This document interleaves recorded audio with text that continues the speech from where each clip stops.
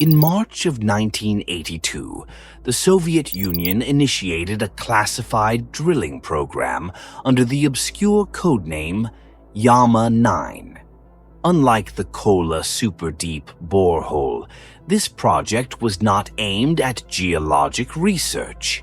Its purpose remains unclear to this day. Official records are non-existent, no coordinates were ever published, and none of the departments I later contacted would acknowledge it ever existed. But it did. I've been there. I'm a geophysicist. Last year, I joined a small international team investigating magnetic anomalies in the Urals. We were traveling under a grant that allowed us limited access to parts of Russia that hadn't seen government traffic in decades. Our team was lean. 2 researchers, 1 translator, a Russian engineer, and myself. We were sent to survey abandoned sites linked to failed Soviet projects, some dating back to the Brezhnev era. That's how we found ourselves in the middle of Udmurtia, near a settlement called Orlinsk. Except Orlinsk doesn't show up on any official maps. Not current ones, not Soviet ones. We were dropped off by helicopter with coordinates copied from a blurred archival map someone dug out of a Moscow University archive. The area was nothing more than a scattering of decayed buildings buried in snow and overgrowth. There was no sign of habitation, no lights, no footprints, no paths through the forest. Except for one thing. A massive steel hatch in the ground, rusted around the edges, surrounded by remnants of concrete pylons and the skeletal remains of control panels, like the shell of a forgotten machine. It had been hidden beneath a half-collapsed shed. The hatch was circular and easily 20 feet across. Welded onto its surface was a red oxide plaque, barely readable, stamped in faded Cyrillic. Yama-9, do not open. Danger. Naturally, we opened it. The locking mechanism had long since rusted away, and with some effort from our engineer, we pried it open. A draft of hot air blasted upward, dry and stale, carrying a smell like scorched metal and ozone. Below, darkness, but visible beneath the grime and decay was an old freight elevator platform, still connected to tracks descending straight into the earth. We should have left it alone, but we didn't. Our translator, Ivan, was the most excited. He claimed this might be the entrance to a forgotten seismic testing facility. He pointed out a cracked sign nearby that loosely translated to Subtectonic Behavior Research Division. No record of such a department exists today, not in any Russian or Soviet archives. Despite better judgment, we agreed to lower ourselves down. The elevator still held together, though it groaned like something ancient and resentful. We brought flashlights, oxygen tanks, water, and a basic first aid kit. Just in case. There were 5 of us. Only I came back. The descent began slow.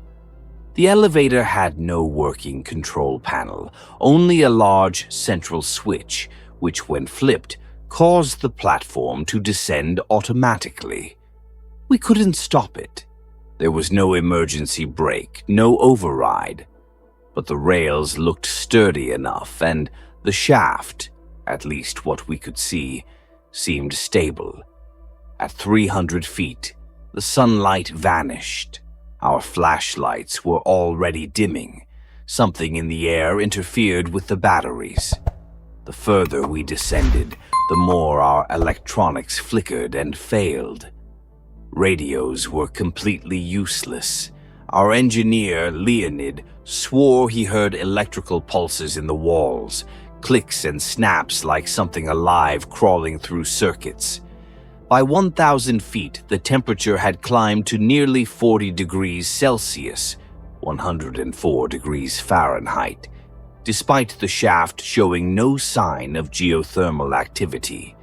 Sweat poured down our necks, and a dry static filled our ears like pressure was building behind our skulls. At 1,400 feet, we found the first door. It was set into the shaft wall like a submarine hatch, marked with the number 2 and painted bright white. The number had been scratched out violently like someone tried to erase it. We couldn't open it. It was fused shut or welded from the inside. We continued down. At 2,000 feet, Ivan swore he heard voices. Whispering. At first, we thought it was heat stroke or disorientation, but soon I heard them too. They weren't speaking Russian. They weren't speaking anything human. At 2,800 feet, the elevator jolted violently and came to a stop. It wasn't the end of the line. The tracks clearly continued downward, but something had triggered a mechanical lock. We were suspended in a chamber that seemed carved out of the rock itself, almost cathedral-like, with strange symbols etched into the stone. They glowed faintly, not reflecting our light, but emitting their own dull hue. Blue, pulsing slowly. We should have gone back up. But the switch didn't respond. The elevator refused to move. Leonid started panicking. He shouted up the shaft, but the sound was eaten by the darkness. No echo, no answer. I froze. My skin crawled. It wasn't any of my team. It was too close, too precise, like it had formed right behind my ear. They're not your friends anymore. I turned anyway, and I saw nothing. When I caught up with the others, they were standing still in a large underground chamber. The space was filled with tall, thin structures resembling stalagmites, but smooth and metallic, humming gently. In the center stood a mirror, tall as a doorway, freestanding and not reflecting us. Instead, it showed a pale landscape with no sky. Towers bent at impossible angles in the distance. Black rivers ran uphill, and on the horizon something enormous stirred beneath the ground. Ivan reached out to touch the mirror. The moment his fingers brushed its surface, he vanished. No sound, no flash, just gone. Leonid screamed. He turned to run and hit one of the humming pillars. It split open, and a warm red mist poured out. He staggered, convulsed, and fell. His skin blackened like paper under flame. I don't know what happened to the others. I ran. Somehow I ended up back in the elevator. It was moving upward, slowly. Alone. When I awoke, I was lying in a birch grove miles away, clothes torn, fingers burnt, body covered in fine gray ash. 2 local farmers found me. I had no ID, no gear. My name didn't match any of their records, and I spoke Russian with a noticeable stutter that I hadn't had before. My university claimed no knowledge of my expedition. The grant I supposedly worked under had never been issued. And Orlinsk? No such village. Not now, not ever. I eventually made it back to the US with help from the embassy. They had to verify my identity using old dental records. Apparently, I'd been reported dead in 1997, 27 years before the expedition. My apartment was occupied by a different family.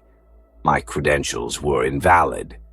Friends I remembered had never existed, or had different names and lives that didn't include me. Even the world felt off. Maps had shifted, continents subtly misshapen. Historical events I knew cold were now different by degrees. No one believes me. I wouldn't either. But late at night, when I close my eyes, I still hear that voice behind me. Don't turn around.